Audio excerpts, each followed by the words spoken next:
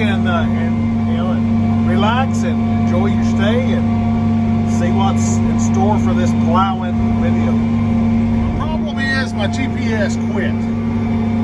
It wasn't 2 hours after I got started plowing and it just conked out, quit. So Outback STS is gonna go bye-bye. They quit making parts for it, and it's the E-drive box is what it is, and they quit making parts for them, and I got it. It's coming tomorrow. It is a bracket that goes on here for my easy steer, and we're gonna try easy steer on here for a while until we make a crop, until we make some money. Eventually I would like to put an integrated system on there, probably go Outback because of the price, but for right now we're gonna have to go easy steer, and if easy steer works good, which it always does, I'll probably just leave it on it, and yeah, that'll be the cheapest fix. Pulling the Blade Plow today. It's going to be a little hard to video some because it ain't on auto steer today. But and my windows will keep on getting all dirty.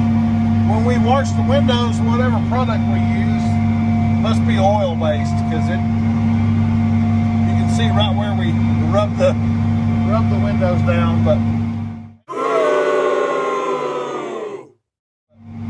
and if you notice, I took off my pickers. I did that because I want to leave the ground with the stubble on top. I don't want to turn anything under or knock anything down. That's for wind erosion. And if you notice, we've had about 2 inches on this place.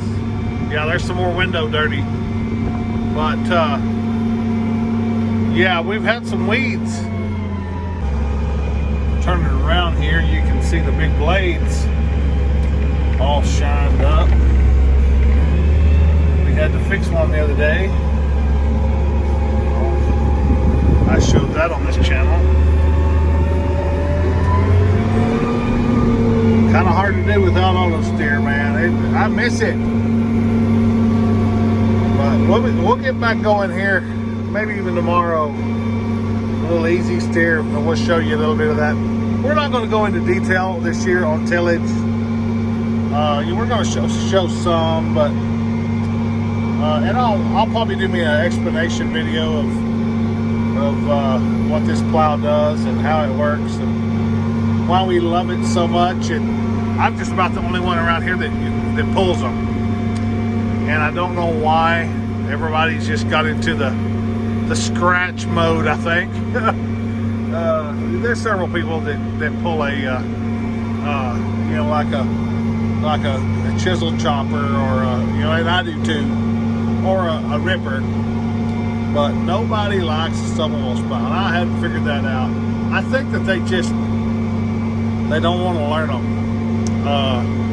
They're used to the little roller cone ones that were thinner blades, and they were flatter blades, and they were smaller blades, and you had to scrape them to get them perfectly clean before they would shed. And a lot of people wouldn't do that, and they would drag, and they would get pissed, and they'd go back to the Hamey, which is the little bitty chisel sweeps, the little fallow master sweep.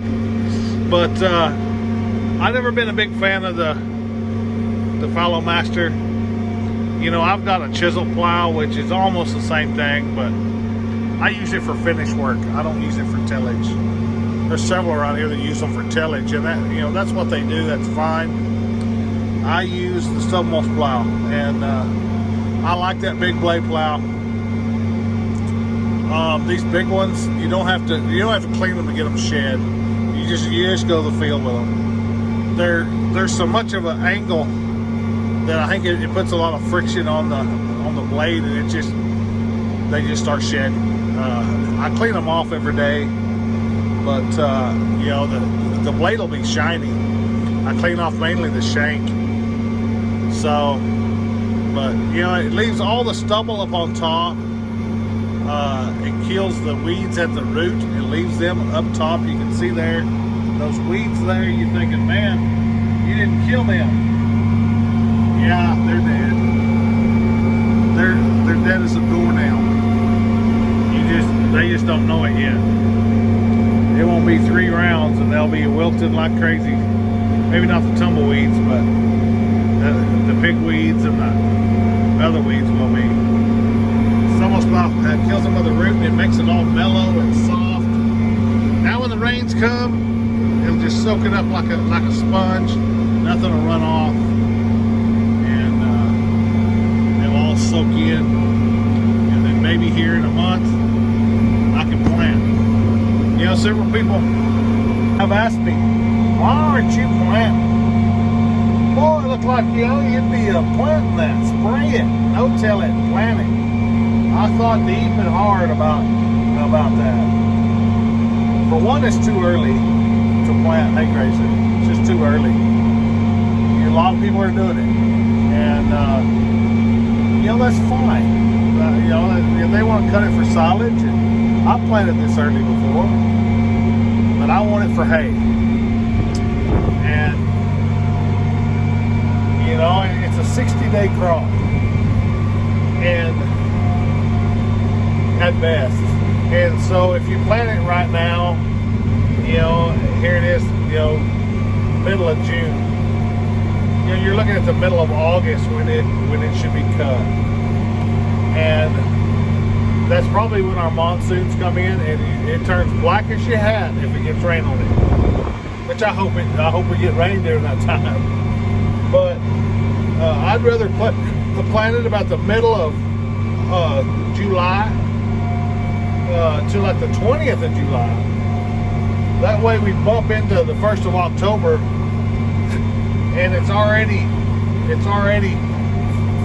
freezing about the time. If we do get some rain, it don't hurt it as bad. That's what I like to do. Plus, the heat doesn't bother it as bad that time of year. You plant it right now and that July heat hits it and it roasts it. August heat roasts it. And it's just a harder on it if it don't rain. Plus on this channel before, I've talked to y'all about no-till and what I think about no-till. And so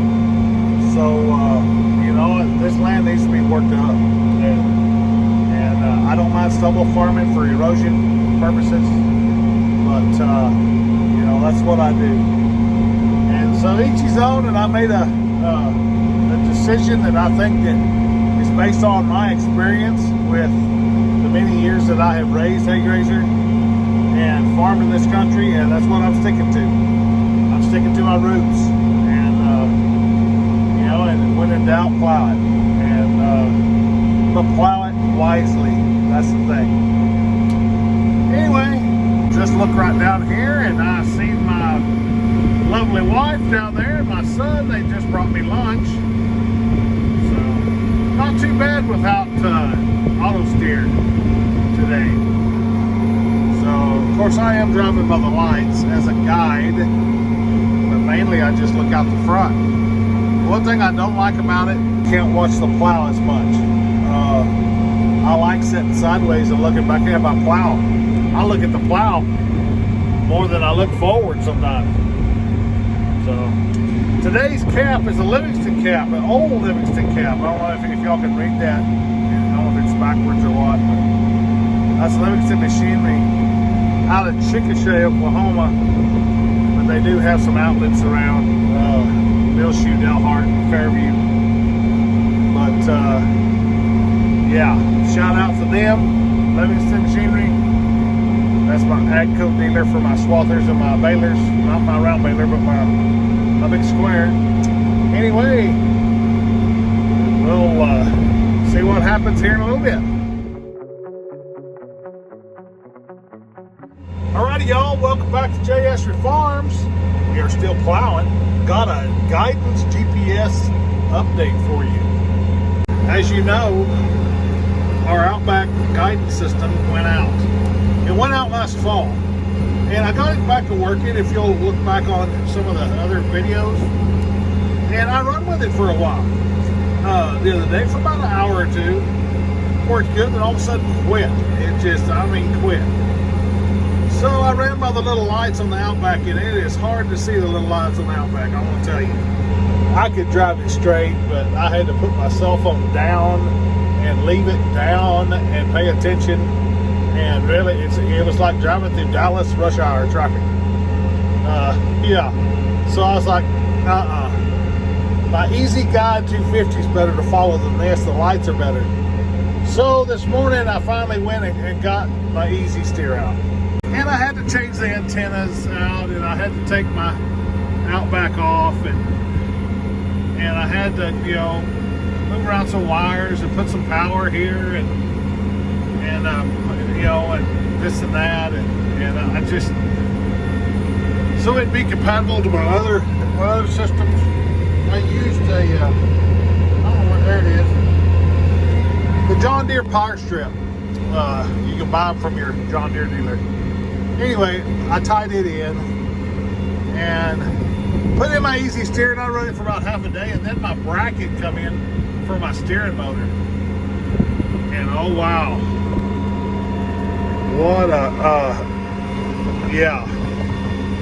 Had to do me a little bit of installing here. The instruction manual, which is many papers thick.